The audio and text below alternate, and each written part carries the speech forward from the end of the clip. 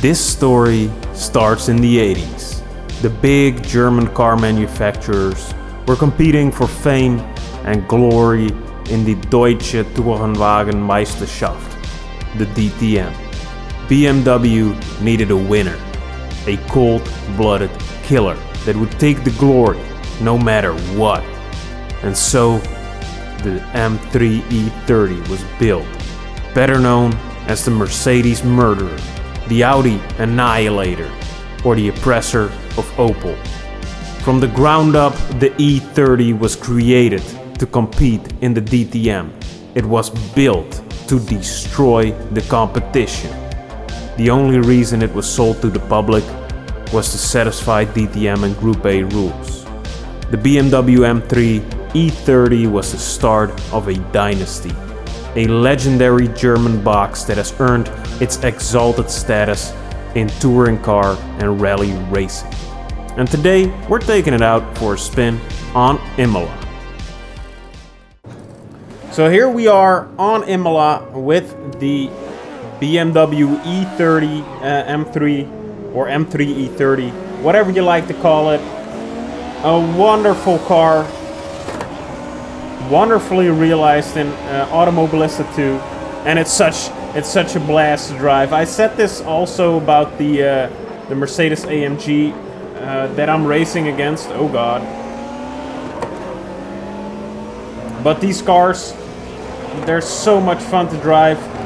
They feel like you're driving a road car, not some high-tech race car. And I like that. I like that. Oh, especially, oh my god. Okay, we gotta make up some time now.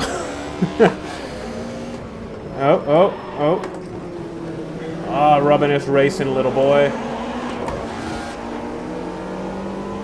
But they're kind of hard to control, which is amazing if you can control them.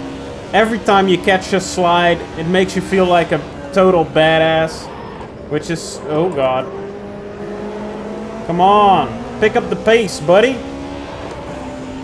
But you feel like a total badass whenever you nail a corner, you catch a slide, you do a cool maneuver, you drive into other cars. Oh yes. Found the room, got the place. But we're driving it on Imola today because I think it's one of the most fun tracks to drive such cars on. And I didn't want to do the Hockenheim Ring again, although that is also a very fun track, but you need some variety because variety is the spice of life. Oh god, we're being pit maneuvered.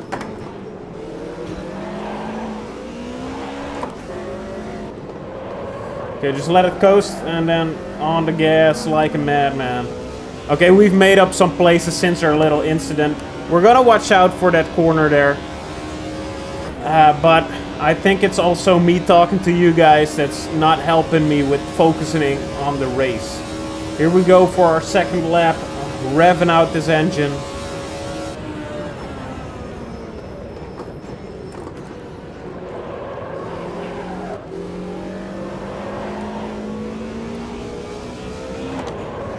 Oh, come on. Kept it on track. I like a maniac. I love it. I love it. And if you haven't tried out these cars yet, I highly suggest you do because they are so well done in Automobilista 2.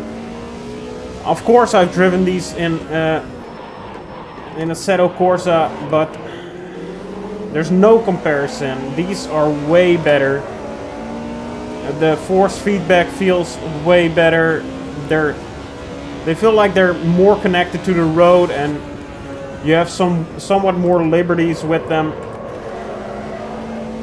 Not that they're very forgiving, these cars, but you feel like if something happens, you have a chance on fixing your mistake, you know? When you go into a slide, I have a feeling with Automobilista DTM cars that I can catch them and... ah, shit. And... you know, I can when I catch a slide, it doesn't feel like an anomaly. And in Assetto Corsa, when I was driving the DTM cars, it always felt like a miracle whenever I kept them on track, whenever something like that would happen. Oh god, here we go again. Oh, I thought he would for sure drive into me. And that's also one thing about Automobilista that I really, really like. The AI is just full of mad lads. Like you're driving online, and it's way more interesting than AI that follow the racing line perfectly. Ooh. Look at that. If that was in Assetto Corsa, I would not have survived that. Oh, really fills you with a sense of childish glee driving these cars in Automobilista 2. And I've been enjoying them so much. Ever since I've driven these for the first time, I couldn't wait to get back on it. And that's not a lie. I haven't played iRacing for a while, which I also need to do again, but I was just happier driving against the AI in these cars, because they're such a joy to drive. And the AI is so crazy that it sometimes doesn't even feel like AI. Sometimes one of them just crashes. I love it.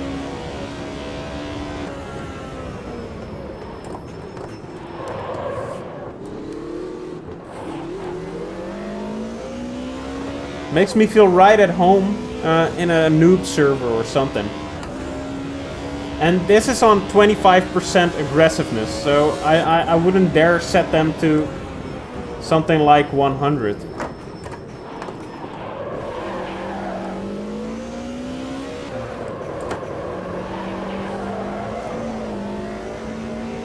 Oh, that just feels wonderful. And we've made it up to 10th place from last place, even with our little incident. Not the best, not the worst. I just wanted to showcase these cars because they're so much fun, and I like them very much. Try them out at home. They're now in stores. I don't know. I'm not paid by anyone, so if Riza sees this, please pay me. That would be pretty cool. Oh god. But anyway, now it's time for the Patreon and channel member shoutouts. And now I would like to take some time to thank the bestest of people, my Patreon subscribers and channel members. Thank you all so much for supporting the channel. Ike Maruri, Greg Masaros, you are fantastic. Patrick Segers and Warlike Distress, you guys are the best. Aquarius, JR Sim Racing, and the newest of the bunch, Nick King. Gosh darn, you are some beautiful people, and your mama's raised you right. Gosh darn, thank you all so much for supporting the channel. And to all my beautiful baby boys and beautiful baby girls out there, keep it smooth, keep it hanging loose, and keep your eyes on the prize, baby. I hope to see you next time. Sleep tight tonight. I love you guys. Mwah.